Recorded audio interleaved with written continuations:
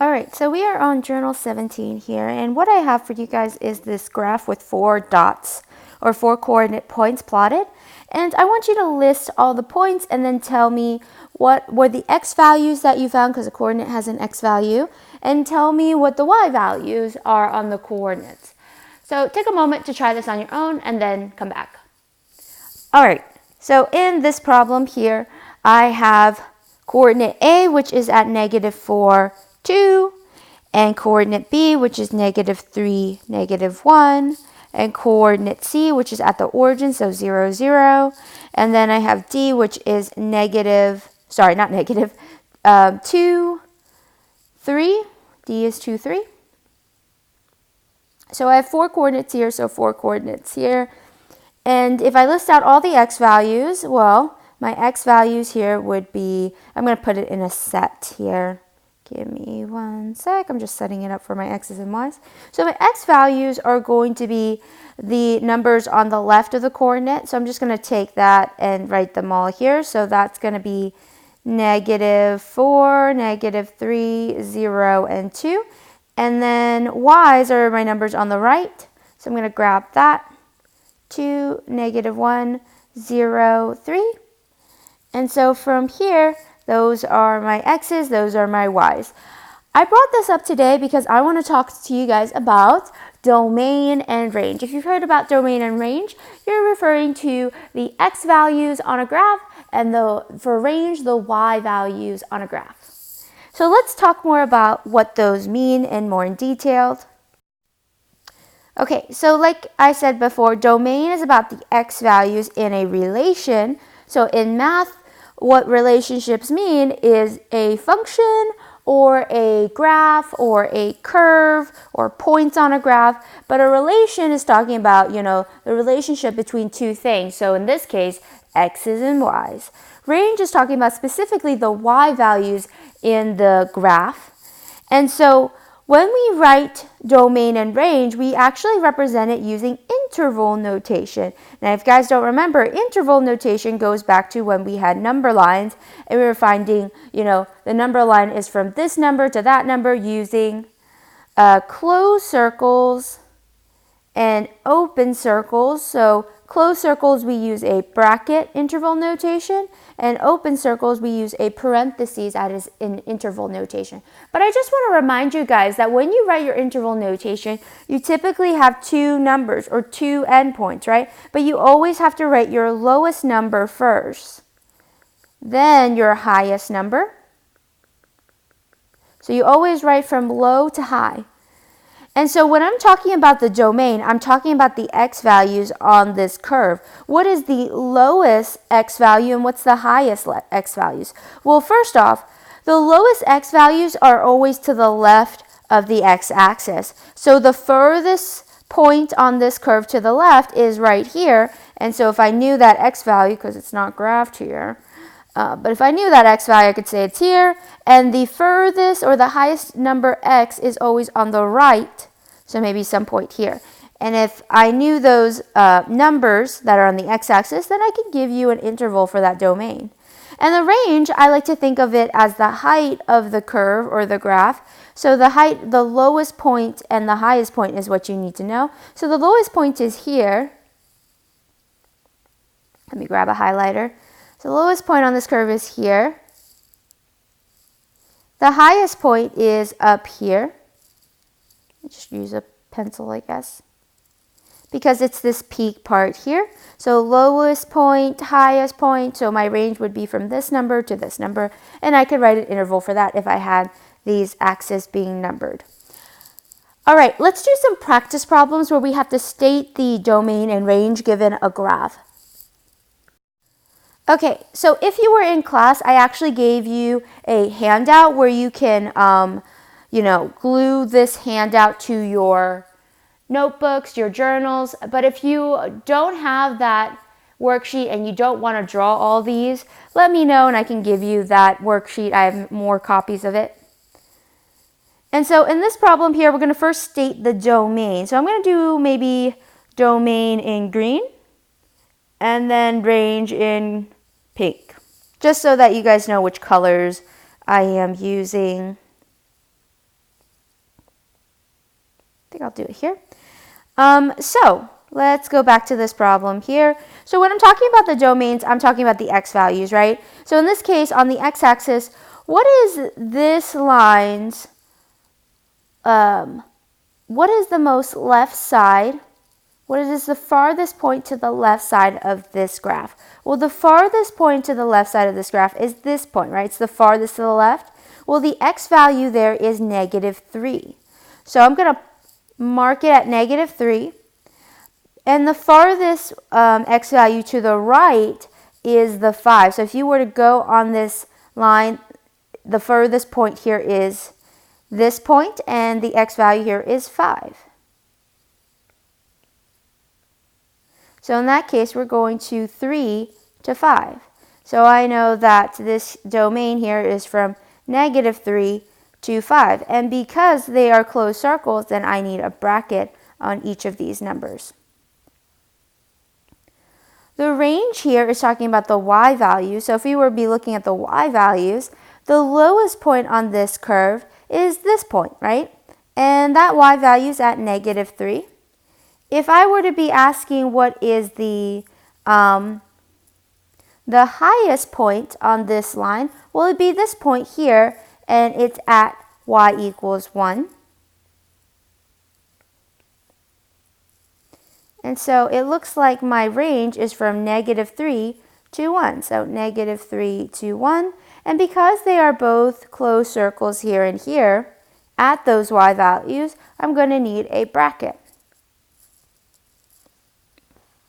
Okay, and so we're going to try it out with this one here. Like I said, domain is your x value. So you want to look at your lowest x value, which is a point on the line that is on the farthest left side, which is this point. That x value here is -4. So we have it at -4. Oops, I should be consistent, so this is in green. And the farthest point on this line to the right is this point, and that x value there is 1. So it looks like I'm going from -4 to 1. Now at -4, I have an open circle, so I need a parentheses at the -4. At 1, x equals 1, it is a bracket because that's a closed circle. For the range here, I'm talking about the height. So the lowest point here is down here, and that's at -3. So it's at -3. And the highest point, well, that's this open circle here at 3. So it's going from -3 to +3, but at the -3, it's a closed circle, so I need a bracket here. And at the +3, it is a open circle, so I need a parentheses.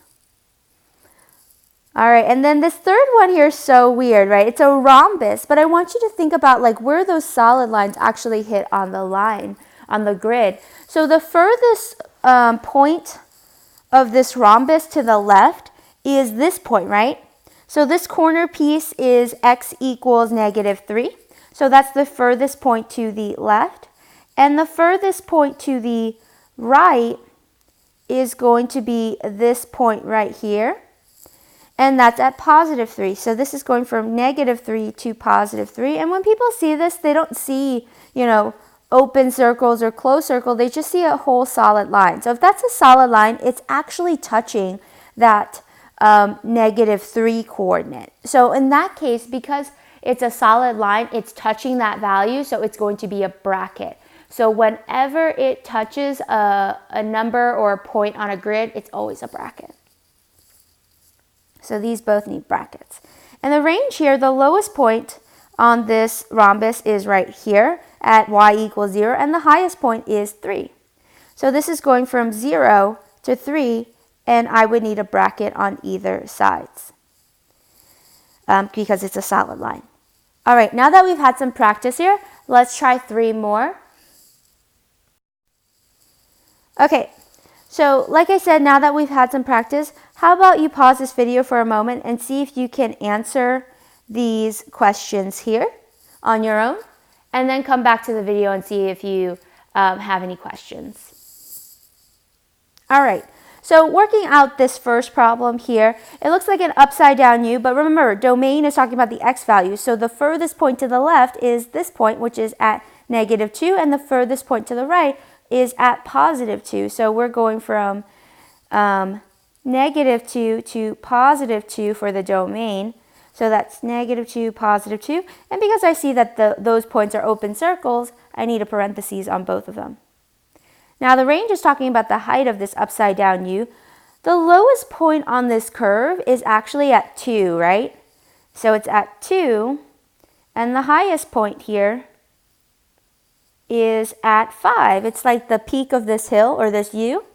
And so we have 2, 5. Now at 2, it's an open circle still, so I need a parentheses. But at 5, it's a solid line, so I need a bracket. And that's it. For domain, I'm talking about, the furthest number to the left and right. So actually this problem here, let's start out with a range because I think it's easier to see. So you guys might remember that a V-shaped graph, right, is an absolute value graph, right? When you have those absolute value lines that are vertical. So when I'm looking at this problem, because I know it's an absolute value, I also know that's a min, right? So that's also our lowest point. Our lowest point on the y-axis is 0. And then our highest point, well, take a look. These arrows that are here are saying that this line keeps going on, keeps extending. So it keeps extending up. So that tells me that the y-axis, as it's going up, it's going to positive infinity. So this is going from 0 to positive infinity for the range. So we're going to 0 to positive infinity. Now, because there's a solid dot on 0, I need a bracket. But infinities, because I can't touch infinity, I'm going to need a parentheses. Now, the domain here is a bit trickier. Notice how this arrow to the left points to the left direction, right? So because it points with an arrow to the left, I know that this is going to keep going on to negative infinity, whereas this other piece right here is pointing to the right, and it's going to be pointing towards, it's going to keep going on and on, so that means that our x value here keeps going on to positive infinity. So this is going from negative infinity to positive infinity, and we're going to use a parentheses on either side. I'd just like to mention here, you might start getting tired of writing negative infinity to positive infinity because that is a very common interval. So if you get tired of writing this and you just want a faster way to write it, there is this symbol here. It looks like an 11 with an R. So write an 11 and then put like an R squiggle through it. And so it looks kind of like an R with two lines. And so what this symbol means is all real numbers. So because you're going from negative infinity to positive infinity, you're touching all the x values on that coordinate or all the y values on that coordinate. So in this case here, I could write, negative infinity to positive infinity, or I can write it as all real numbers. Let's try out this one here. So notice how, like, for the domain, this side here, this is pointing towards the left, and it's going to keep on extending. So that means it's telling me that the domain here is going to be pointing to negative infinity, whereas that side is pointing to the right with an arrow, so it's going to keep going positive infinity. So that means it's going from negative infinity to positive infinity, or you can write it as all real numbers.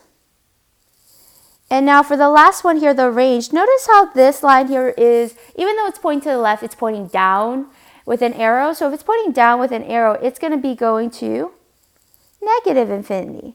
And the other side here, it's pointing to the right, but it's also pointing up, so it's going to go to positive infinity. So that tells me that this is going to be negative infinity to positive infinity, or you can write it as all real numbers. All right, so that's it for this journal here. I hope this made sense, and if you have any questions, let me know. Like I said, these graphs here are on a worksheet that you'll paste on your journal. If you don't have that worksheet, let me know, and I can give you a copy. Or you can just draw these 6 graphs on your journal, and that's fine. I'll grade it that way. All right, that's it.